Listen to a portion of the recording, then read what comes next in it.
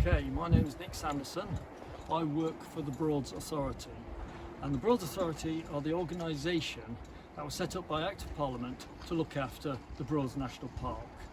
We've been operating for about 30 years and we have three main purposes. We've got a duty of protecting the wildlife, conserving the natural heritage and the landscape of the Broads. And the second purpose is to promote opportunities for understanding and recreation in the Broads. The third purpose is to look after the interests of navigation, because there are about 12,000 boats that use the Broads and they need somewhere to sail, and that's a very historic activity. So those three purposes form the duties of the authority.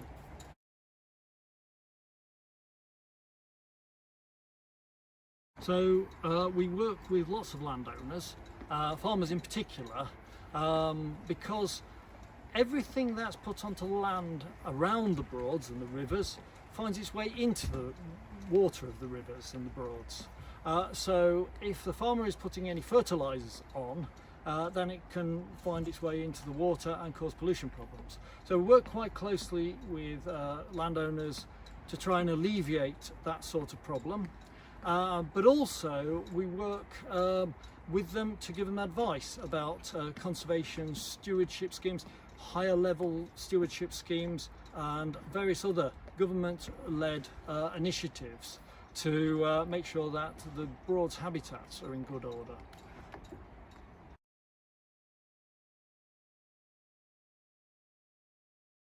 So the authority works quite closely with the tourist industry. There is an organisation called Broads Tourism, and we work with Broads Tourism, all sorts of businesses throughout the Broads, to promote tourism. We run the Visit the Broads website, which lists all sorts of activities and things people can do. We promote the Broads nationally and even internationally. We look for initiatives and opportunities for funding to get visitors to come to the Broads.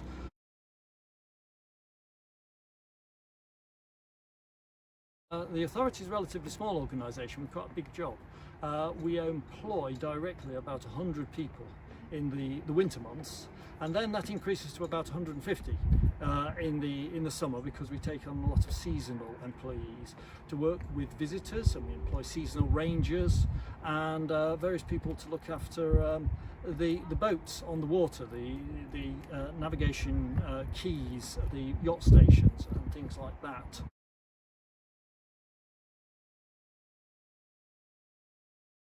We work quite closely with local sailing clubs. I mean, sailing is what the Broads is all about. It's quiet recreation. We work with sailing clubs on a local level. The rangers all have good relationships with the local sailing clubs, and we're the planning authority for the area. So we work with sailing clubs in terms of any buildings they want to put up, or any improvements to the quay heading next to the water or anything like that.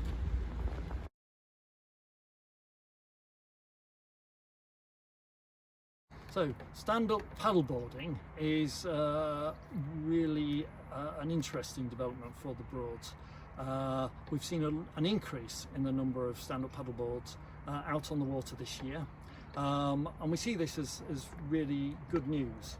It's a very quiet form of recreation. It's great for health, but it does very little damage to the environment.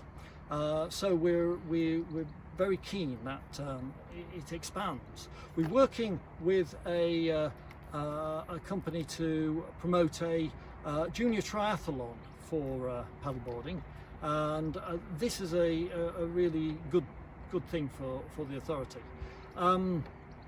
We would like, though, to make sure that everything's safe. People wear buoyancy aids, or at least tethered onto their boards, and also that all the boards have paid their toll, to make sure that it's all literally above board.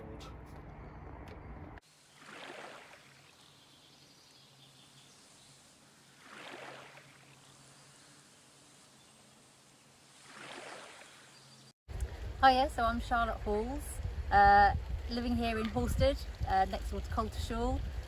My husband and I and our little girl, we've lived here for just a year, so not long. We've wanted to live here for years and years, so we've just got a lovely, lovely house, lots to do to the house. It's the beginning of a big project, but we couldn't be happier. We absolutely love living here, it's wonderful.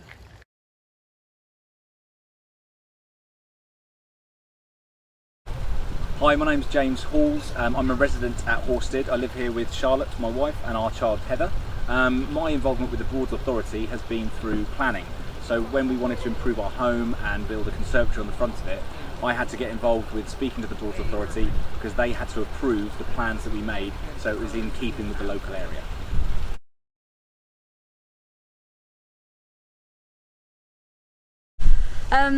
So yeah, tourism in the area, it creates work for so many people.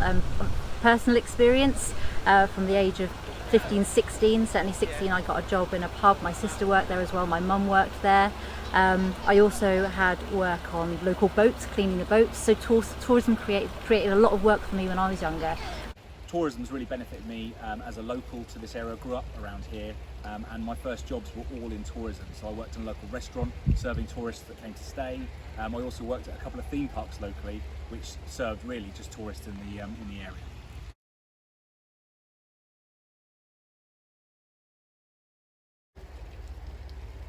So one way that we support our local farmers is that our local shop, our Farm to Fork, uses very much local produce, and also the restaurants in the local area and the pubs and stuff use the local produce in their restaurant, in their menus. So we go and eat there wherever we can. We try and put money back into the local area because we know it goes directly to the farmers in the local area as well.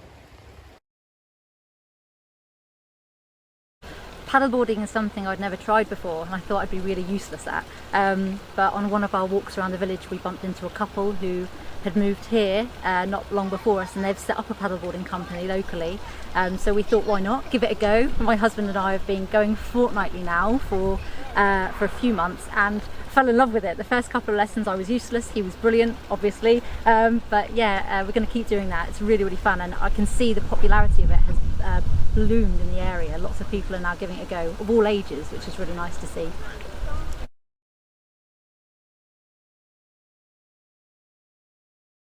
One of the main reasons we moved here in the first place is just because we've got so much water on our doorstep, and I'm a really keen sailor. So any chance I get when the sun's shining, I get the dinghy out and we go on the water and hopefully get the wind in our sails.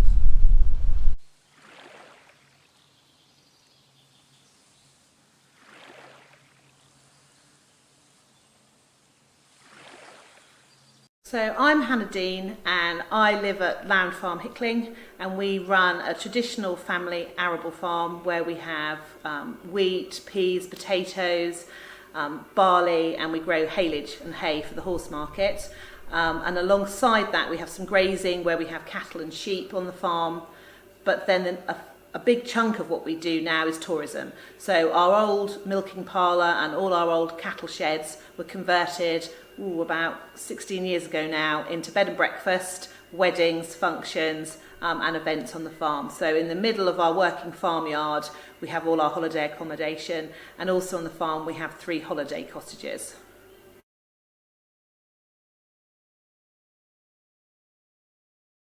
So being a business in the Broads, we obviously do have relationships with the Broads Authority. Particularly in the early days we needed support in how to gain funding, and we needed support in linking into local tourism businesses, which is where they were most useful.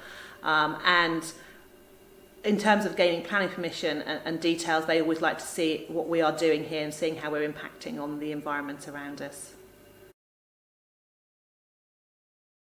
So a big part of what we do with our guests is we want to encourage them to explore the area. So on our website before they come, there's lots of links to good places to visit locally. We also map out days out. So we have a day out on the Broads which involves going to Ramworth and How Hill and exploring the area like that. And another great place where we promote our guests to go is the Barton Boardwalk, because there's a lot of people who want to explore the Broads area, but they don't necessarily want to get on the water and go on a boat themselves. And then once our guests arrive here, when they're having their breakfast, we chat to everybody and just look at what their plans are for the day and help with our local knowledge, help them find the best places to go. And on top of that, we have the farm, the sort of 360 acres. And if we've got keen wildlife photographers, keen bird watchers, we point them in the direction of what they might be able to see. At the moment, we've got cranes going over every morning. So we're pointing people in the direction of those, because they get a better stay with us if they get a good experience of the local area. It's no good them staying with us thinking, gosh, isn't the dairy barns lovely, but actually not knowing where to go and not knowing where to explore. So local knowledge is really, really important. So on the farm, we don't employ any additional staff. It's just my husband working on the farm, and when we need contractors, they come in and do the combining and different jobs for us. In the bed and breakfast and wedding barns, we employ a lot of local people. So in total, we have about 9 or 10 part-time staff here. Some purely come in and help with the weddings and the functions, and then I've got other people who come in and clean, serve breakfast, and are generally part of the team here. It's a small business, so we like everyone to muck in and do a little bit of everything. But everybody who we employ comes from within about a 5-mile radius.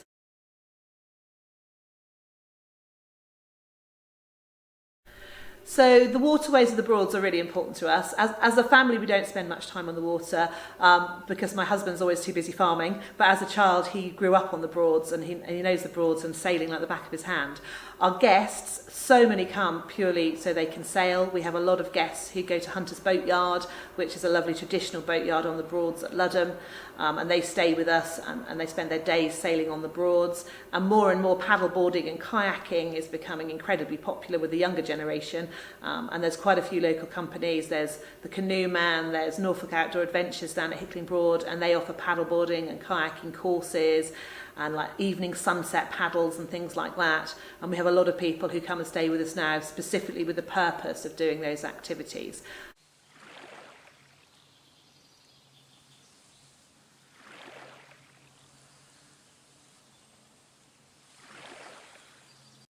So I'm Sarah Bradford and I run Secret Sup, a very small paddleboarding company here in Coltishall on the Norfolk Broads. We set it up about 2 years ago, and the inspiration came from being water people ourselves. I've always sailed all my life, and it was when we went down to the West Country a few years ago and we noticed paddleboarding has taken off everywhere. And we looked up here in Norfolk and actually saw there was only one place that was doing it, and we thought, let's give it a go. And so 2 years down the line, we now run the company. We take people out for lessons, we do hire, we enjoy doing lovely exploration on this beautiful bit of river. We enjoy seeing everything from kingfishers to herons to otters, taking people out, sunrise, sunset, and it's just proved a really lovely way of life for us.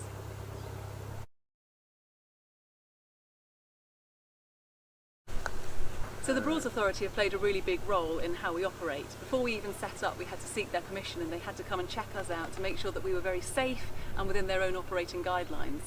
And once we got the ticket from them, we got our Broads Authority paddle scheme licenses for our board, so they're all tolled. We give a little bit of money to them, and of course that goes towards their main job, which is actually maintaining the waterways.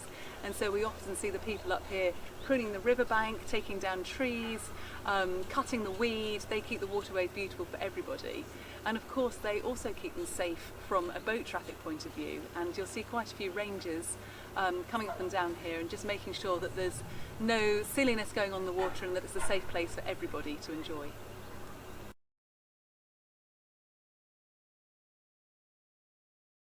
The Secret Sup's actually a very small company, and we run it between us, myself and my husband. But this year we've noticed a massive increase in demand, and so I have had to call in a little bit of help. Just some local casual help to help me literally with scrubbing down the boards, putting them back in the water and turning around rentals.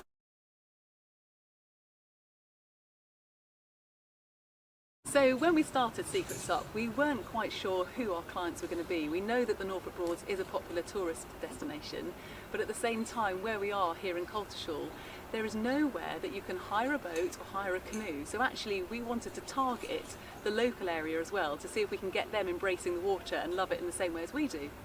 And so we set this up, we started very small, and we are still very small, but actually it's been very interesting to see how the business has evolved. We started very much with the locals, and it has generated this really lovely vibe of locals getting on the water. They came to us for the initial lessons, and now you see lots of people out on the water and just enjoying it, not ever realising that they had this facility on their doorstep to enjoy. So we feel quite proud of that actually we've got the locals embracing where they live and loving it and just being out in the water.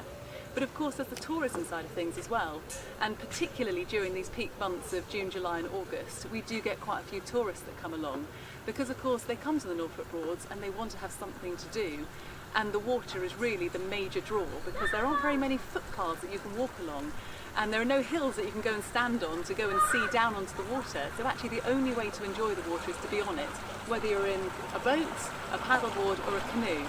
And so our tourists are a really, really important part of our business.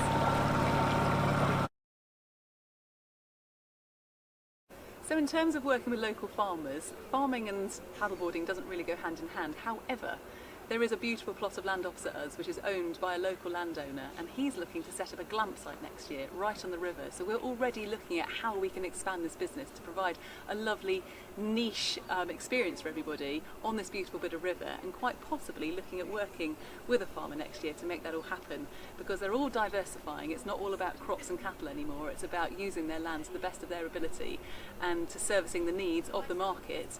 And in Norfolk it's becoming more and more about the tourism.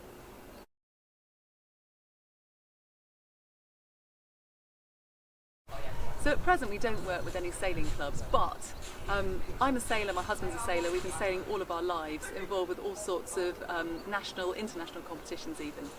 And the one thing we never had when we were sailing competitively was something to do when the wind dropped. And there's nothing more frustrating than going to a sailing club, whether you're going for a fun sail or you're going to go for a race, there being no wind and knowing what the heck am I going to do with my time, and you're so ready to get out there. And of course, ever since paddleboarding came along, it is the ultimate light wind sport. And so as soon as you can't race anymore in your boat, you can just put your paddleboard in, get out on the water and find something else to do. And for me, that is where paddleboarding is so complementary to a sailing club. You can just get out there, you've got your wind range, you've got your sailing range, which is sort of 5 to 20 knots, and anything below that, you can go paddleboarding.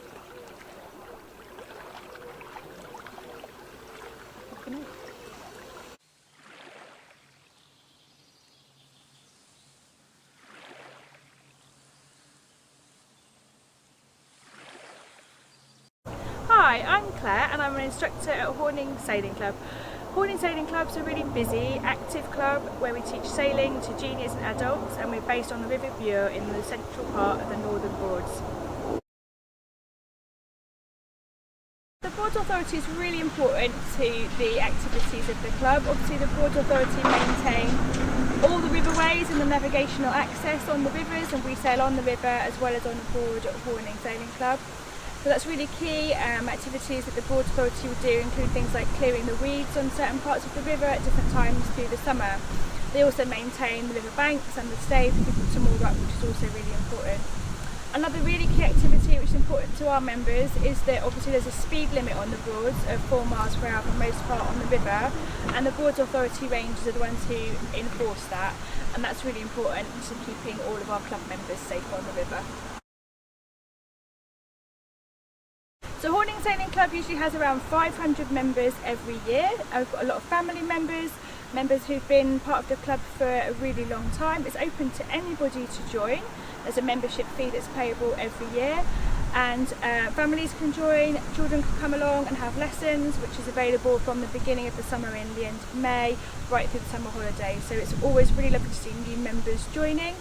We're also an RYA Sailability Centre, which means we're able to have sailors come along who've got disability needs, and we've got provision to help people with all kinds of needs get onto the water.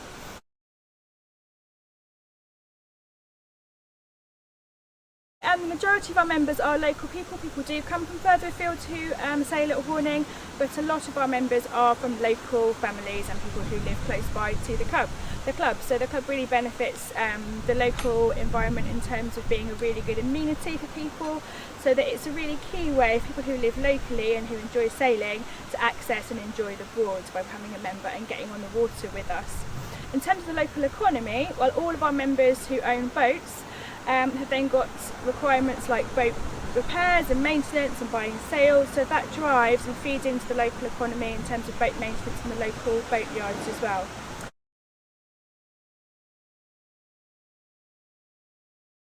Yeah, we are proud that the club helps tourism on the Broads because we do a lot of racing on the river at Horning. Anybody can come down and watch, and it's a really beautiful spectacle to see, and it's really part of what some tourists come to the Broads to see. The other part of our activity which really boosts local tourism is a race we run at the beginning of June called the Three Rivers Race, which is the biggest inland waterways race in Europe. And it's a 24-hour endurance race, so boats come from all over the country to take part, dinghies, larger boats and river cruisers. It's a 24-hour race, so that all of the races start from Corning on the morning of the Saturday and then up to 24 hours to get home again, having cruised around a wide part of the Northern Broads and then back again. Currently at the moment, lots of members of the club do have stand-up paddle boards which they can launch from the club and enjoy the river that way. Lots of our members enjoy doing that, and stand-up paddle boarding has really exploded in the Broads the last year or so it's brilliant to see so many people enjoying it on the rivers. And because of that, it's something the club is actively currently looking at expanding and developing next season to see how we can have more provision for stand-up paddle boarding.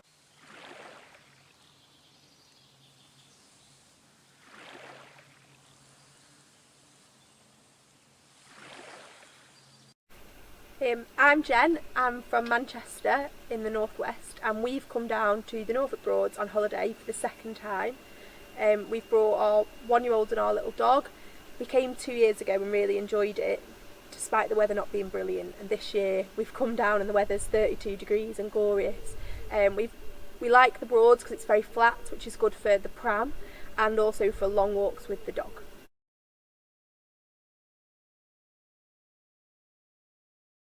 So yes, we've used the Broads Authority website to plan our trip. We found a range of places that we could visit from there, including Whitlingham Country Park, which we visited on Monday.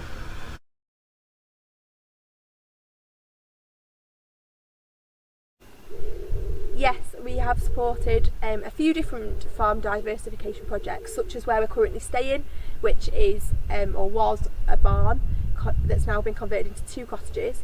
And we've also visited a farm yesterday at Roxton Barns, which has a big play area and like an outdoor fun fair for small children. We also saw the farm animals and fed them while we were there. So we hired a day boat at the weekend and spent the day touring around the Broads. So we stopped at a few different parks for a little walk, let the little boy play on the grass and the dog run around, before moving on to kind of the next stop. We stopped for a nice lunch at a pub on the way and then carried on really. It was absolutely lovely weather and we had a really enjoyable time on the boat, and we would definitely do it again.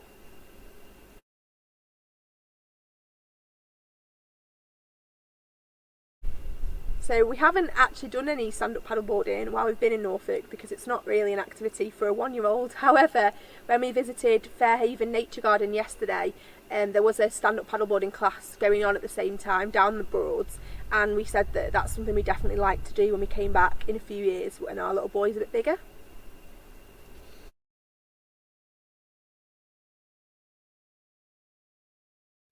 So I think tourism and our stay in particular has benefited the local community and the local area in many ways. First of all, from staying in this cottage and providing local people with some income, but also we've eaten out, we've bought food from the local farm shops and the local small independently owned stores. We've been to a range of different places which we've had to book and pay for on entry, such as Roxton Barns, Fairhaven Nature Garden, Pensthorpe Nature Park. We've paid for car parking in various other places as well, such as Cromer. We've also visited various National Trust properties and bought ice creams, food and drinks from there too.